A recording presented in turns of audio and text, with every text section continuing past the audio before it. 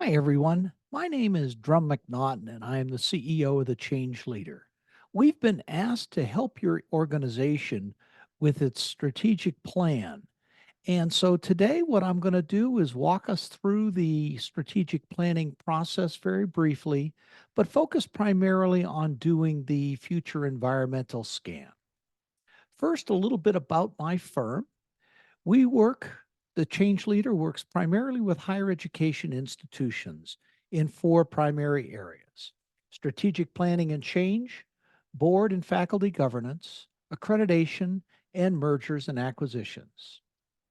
Here you can see quite a number of our clients that we've had. We have them both in the US and overseas, including Saudi Arabia and other places. We've done a lot of work for many different folks, given us great experience in how to help your institution. Before we get into the future environmental scanning, I'd like to talk a little bit about the strategic planning process that we're going to follow. Proper strategic planning is done as a system, and it starts with the end in mind. That is, where do we want to go and how are we going to get there? There's five basic questions, strategic questions that need to be asked for any kind of planning process. The first, where do we want to be? Where do we want to go? In planning terms, this is what we call the ideal future state, our vision, our mission, and our values. Second, how do we know when we get there?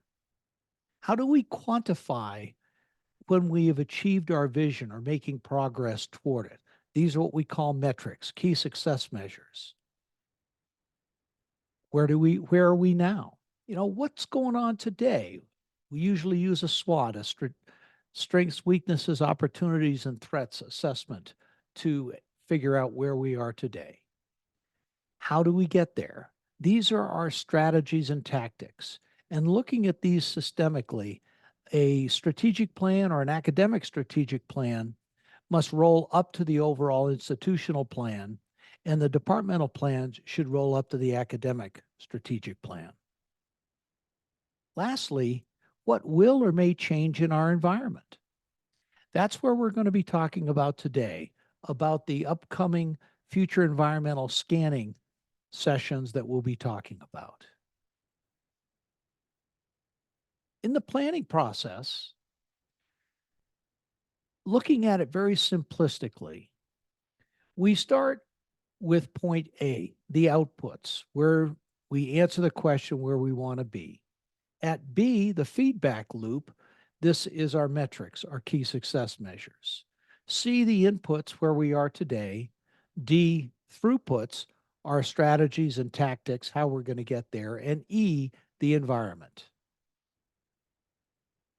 As you can see, if you're a systems thinker, it's a regular feedback loop with input from the external environment. This is the full planning process that we'll go through over the next few months.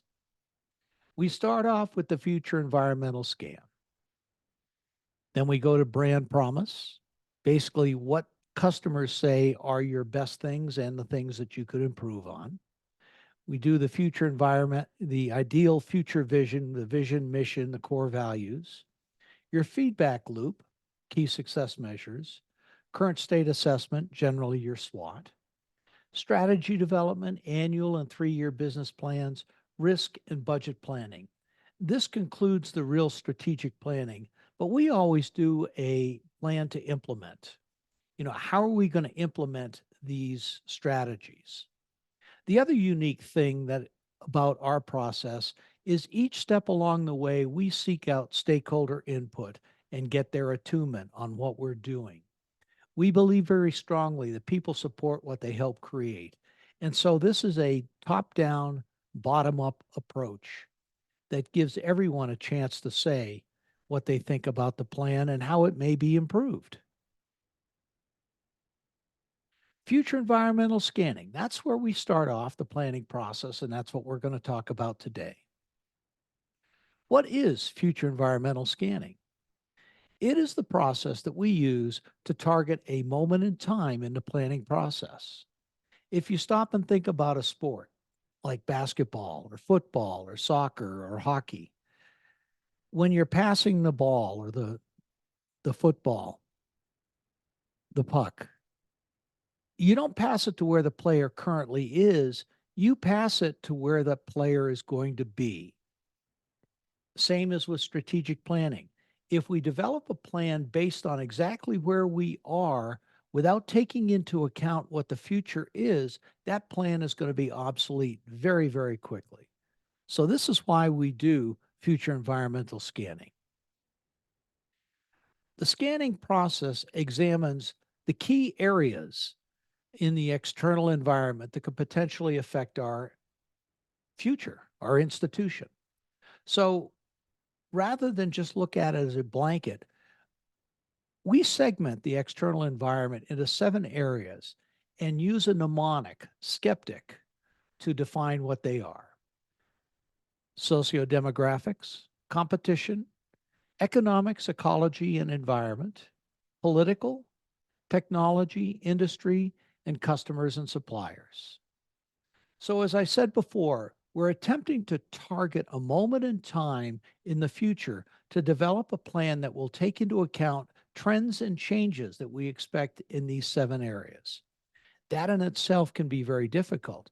But if you look at it from the perspective of potential paradigm shifts, it's doable. And actually, it can be a lot of fun. Let's take a look at some paradigm shifts that we've had in the past to put this in context of how you're going to come up with paradigm shifts in your areas. Let's start off with Swiss watches. It used to be the best watches were always made in Switzerland and they were all mechanical or self-winding. Now, your best watches, with few exceptions, are made out of quartz. They have quartz mechanism inside. Some of them are made in Switzerland, some in other places. This is certainly one paradigm. The next question is, how did that affect Switzerland and its manufacturing of watches or your watch manufacturers? Another example, the statement made in China. Made in China represents outsourcing of manufacturing and extended supply chain. Back in the 70s, 80s, and 90s, we outsourced a lot of our manufacturing overseas because it was cheaper labor, etc. It made for extended supply chains. This is the norm now. It didn't used to be that way.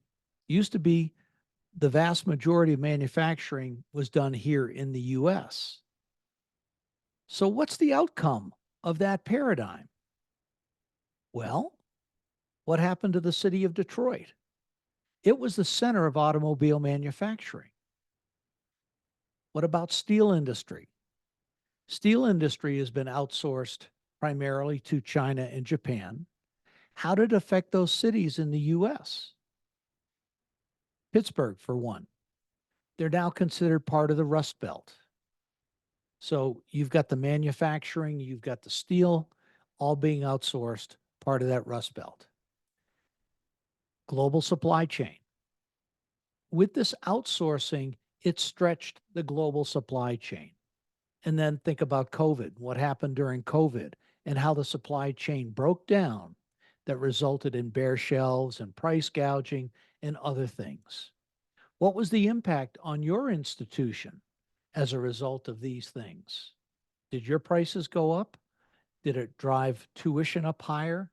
Many of these type things happened. Take a look at it from a political perspective. 2016 gave rise to Donald Trump and the conservative movement, although the conservative movement, people would argue, was much further back than that, but it really brought it to the forefront. The conservative movement didn't do quite as well in 2018 or 20. 22, we had a split Congress. What's it going to look like in 2024? Is Trump going to be reelected? What about Congress? What about your state elections? It's your state legislature that, if you're a public institution, fund higher education.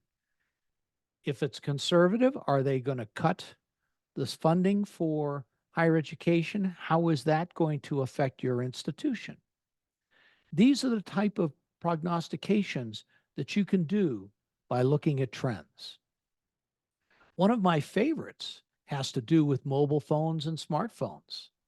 Who would have thought in 2006, with Steve Jobs and Apple releasing the iPhone, that would have changed almost everything? How has that changed higher education now? Many institutions are having to put their online education offerings into people's personal devices, their smartphones, because people don't own computers anymore. They have to do all their work right on their phones. How does that affect your institution? In another one, we've got five generations in the workforce. Gen Z, the ones who are your more traditional students going to college directly from high school, they prefer text and they use other apps versus talking on the phone. How has this changed your enrollment pipeline? How is it going to change it in the future? Have you converted your enrollment process completely to being on a smartphone? Most institutions haven't. These are just a few of the paradigm shifts that have taken place over the years and the resulting changes that it's had on higher education. This is what you're looking for in an environmental scan, where the paradigm shifts are going to be coming and how they may affect your institution. So let's take a look at the process you'll use to do your future environmental scanning. First, your provost office or your office of the CEO will create 7 teams and assign the teams one of the skeptic letters. Those teams will be made up of a couple people from the core team, the ones that'll be doing the majority of the planning work, and then stakeholders who'll be part of that stakeholder input process. You'll need to get together with your teams and decide when you're going to do this. It can be done as 2 sessions, one introducing it and letting people go back, brainstorm, and then come back together. Or if you have people do the homework ahead of time and they view this presentation, they can get a sense of what they're going to be doing, and you can get this done in 1 hour. I'm sorry, you can get this done in a couple of hours, one session. This is totally your choice. There's advantages to doing both. But if you're going to do this in one session, people must do their homework before showing up. So we've covered those first couple of topics, those identifying the employees and assigning scanning tasks. Your homework is going to be to generate a list of information that provides core inputs, i.e. trade shows, publications, technical meetings, the internet, Google searches, etc. Pull as much data as you can in on what's going on in your letter, your skeptic. It could be sociodemographics. And then you start to do your brainstorming. When the teams get together, your assignments to project into the future, 10 years, 5 to 10 years, on each category. For example, what are the implications to higher education and the enrollment demographic cliff? Having 5 generations in the workplace, what's the high cost of education doing to people enrolling? This is just multiple areas. Remember, this isn't necessarily current. Maybe you start with current, but you start to extrapolate into the future. If your planning is all about now, you're going to miss some potential opportunities in the future. Come up with a list of 10 to 20 possible paradigm shifts and project them out. Then do a forced ranking of the most likely and most impactful shifts that could impact your institution. At this point, once you've done that, your small group work is done. For core team members, you'll be briefing the planning group on your findings, and the overall group will vote on the top 5. So, just to summarize, you're going to get your core teams together, you're going to do 1 or 2 sessions, and you're going to come up with 10 to 20 paradigm shifts within your skeptic letter based on brainstorming, outside research, and conversations with others. So that's what you've got to do. If you have questions along the way, please feel free to give me a call. My telephone number is on the screen. It's 760-740-0200, or feel free to email me at drumm, at changinghighered.com. Thank you, folks. Look forward to seeing you in a week or so, and great planning.